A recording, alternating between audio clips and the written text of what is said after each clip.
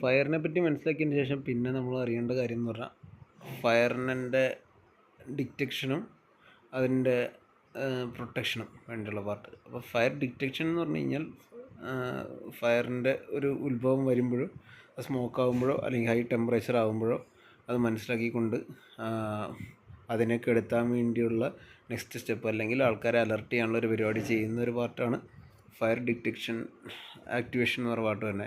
ഇനി ഫയർ ആയിക്കഴിഞ്ഞ് കഴിഞ്ഞാൽ അതിനെ കെടുത്താൻ വേണ്ടി നമ്മൾ സ്പ്രിങ്ക്ലേഴ്സൊക്കെ യൂസ് ചെയ്തിട്ട് അതിൻ്റെ പ്രൊട്ടക്ഷൻ അല്ലെങ്കിൽ ഫയർ ഫൈറ്റിംഗ് പാർട്ടായിട്ട് ഡിവൈഡ് ചെയ്യാം.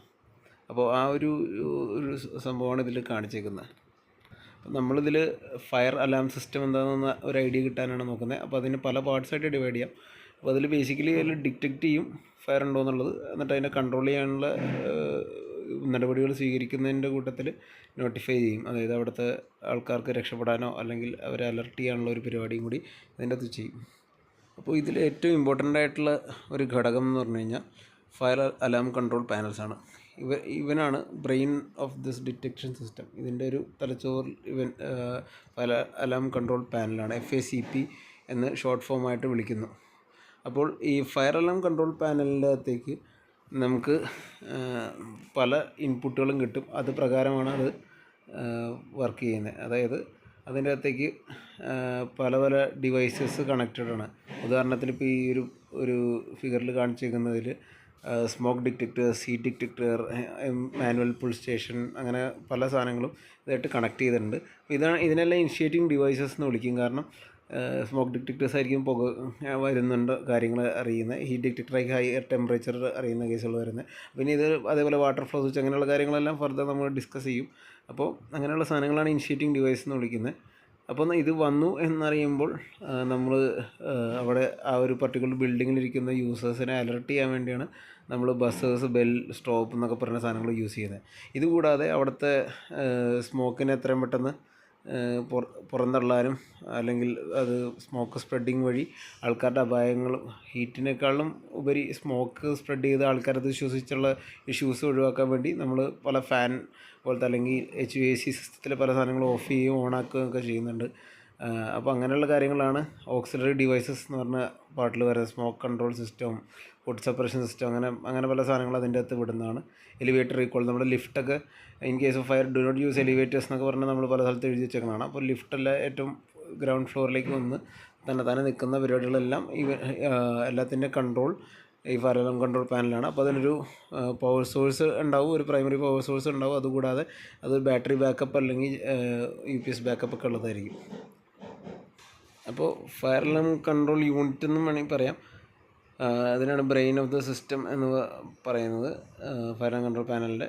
അപ്പോൾ അതിൻ്റെ ഡീറ്റെയിൽസാണ് നമ്മൾ പറയാൻ പോകുന്നത്. അപ്പോൾ പണ്ട് കാലത്ത് യൂസ് ചെയ്തിരുന്ന കൺവെൻഷണൽ ടെക്നോളജിയാണ് അതിൻ്റെ അകത്ത് കാണുന്നത്. അപ്പോൾ ഇതിൻ്റെ അകത്ത് അലാം സിഗ്നൽസ് ഇവാക്വേഷന് വേണ്ടി കൊടുക്കുന്ന ആ ഒരു മെത്തേഡാണ് അതിൻ്റെ. അപ്പോൾ ഇതിൻ്റെ അകത്ത് ശരിക്കും പഴയ മോഡലിലെന്ന് പറഞ്ഞു കഴിഞ്ഞാൽ നമ്മൾ മാനുവൽ ഫയർ അലാം ബോക്സും ബെല്ലൊക്കെ ഇങ്ങനെ ലിങ്ക് ചെയ്തിട്ട് കോഡഡ് അല്ലെങ്കിൽ നോൺ കോഡഡ് ആയിട്ട് അലാം സിഗ്നൽസ് കൊടുക്കുന്ന ഒരു സെറ്റപ്പായിരുന്നു അതിൻ്റെ കൊടുത്തിരുന്നത്. അപ്പോൾ അതിൽ 2 വയേഴ്സ് യൂസ് ചെയ്തിട്ടാണ് ഇനിഷ്യേറ്റിംഗ് ഡിവൈസും ഈ ഫയർ അലാം തമ്മിൽ കണക്ഷൻ എസ്റ്റാബ്ലിഷ് ചെയ്തിരുന്നത്. അപ്പോൾ അത് ഓരോ സോണായിട്ടൊക്കെ ഡിവൈഡ്, ഇപ്പോൾ ഓരോ ഫ്ലോർ ഓരോ സോൺ അങ്ങനെയൊക്കെ ആണ് ഡിവൈഡ് ചെയ്തിരുന്നത്. അപ്പോൾ ഒരു വയറിൽ എന്തെങ്കിലും ബ്രേക്ക് എവിടെയെങ്കിലുമൊക്കെ വന്നു കഴിഞ്ഞാൽ നമ്മുടെ ഡിവൈസും തമ്മിലുള്ള ബന്ധം വിച്ഛേദിക്കപ്പെടും. കാര്യമായിട്ടുള്ള അലാമൊന്നും കിട്ടാതെ ഒന്ന അവസ്ഥയ്ക്ക് ചിലപ്പോൾ വരാറുണ്ടായിരുന്നു. ലേറ്റർ സ്റ്റേജുകളിൽ നമ്മൾ ഇലക്ട്രോണിക് കോമ്പോണൻസൊക്കെ യൂസ് ചെയ്തിട്ട് ലോജിക്കലോ അല്ലെങ്കിൽ റിലേ ഒക്കെ യൂസ് ചെയ്തിട്ട് 4 വയർ സർക്യൂട്ടുകളും അങ്ങനെയുള്ള കണക്ഷൻസൊക്കെ ഉണ്ടാക്കിയിരുന്നു. അപ്പോൾ അത് കുറച്ചും കൂടി മറ്റേതിനേക്കാളും കുറച്ചും കൂടി റിലയബിളാണ്, കുറച്ചും കൂടി വിശ്വസിക്കാം. കാരണം രണ്ട് വയർ അതിൻ്റെ ഡിവൈസിനെ പവർ ചെയ്യാനും 2 വയർ അലാം ഇനിഷ്യേറ്റ് ചെയ്യാനാണ്. അപ്പോൾ ബ്രേക്ക് വന്നാലും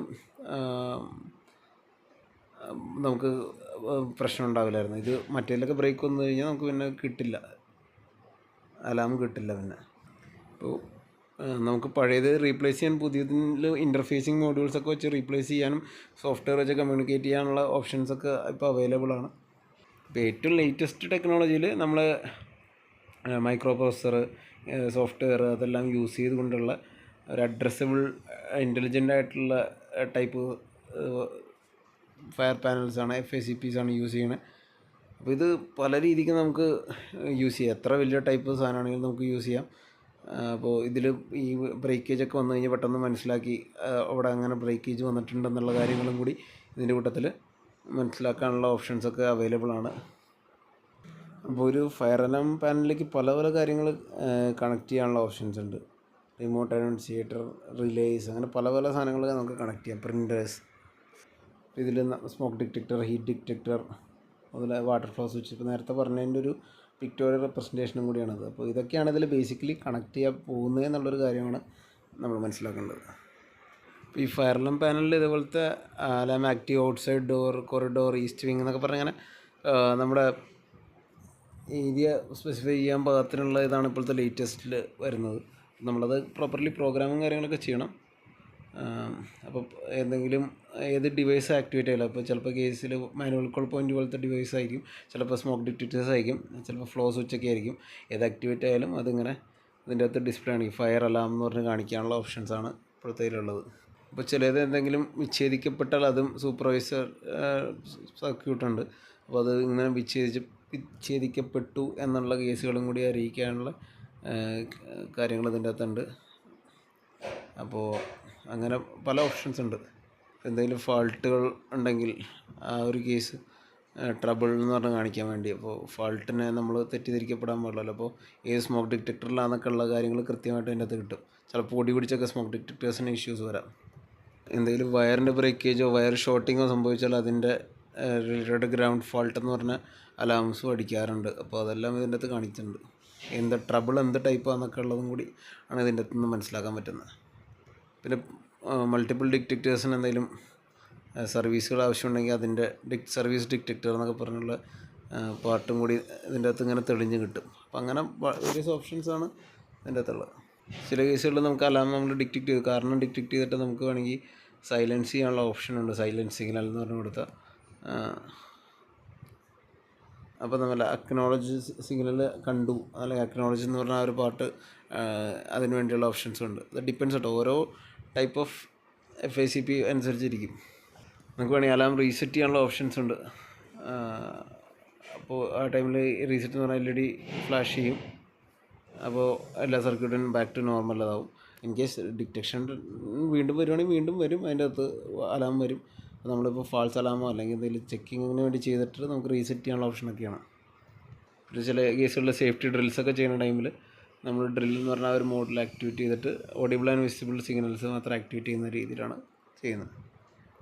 ചില കേസുകളിൽ നമ്മളുടെ ഒരു പർട്ടിക്കുലർ ബിൽഡിങ്ങിൻ്റെ മോണിറ്ററിങ് വേറൊരു ബിൽഡിങ്ങിലൊക്കെ വരാം, അല്ലെങ്കിൽ അവിടുത്തെ ഫയർ സ്റ്റേഷനിലൊക്കെ വരാനുള്ള സാധ്യതയുണ്ട്.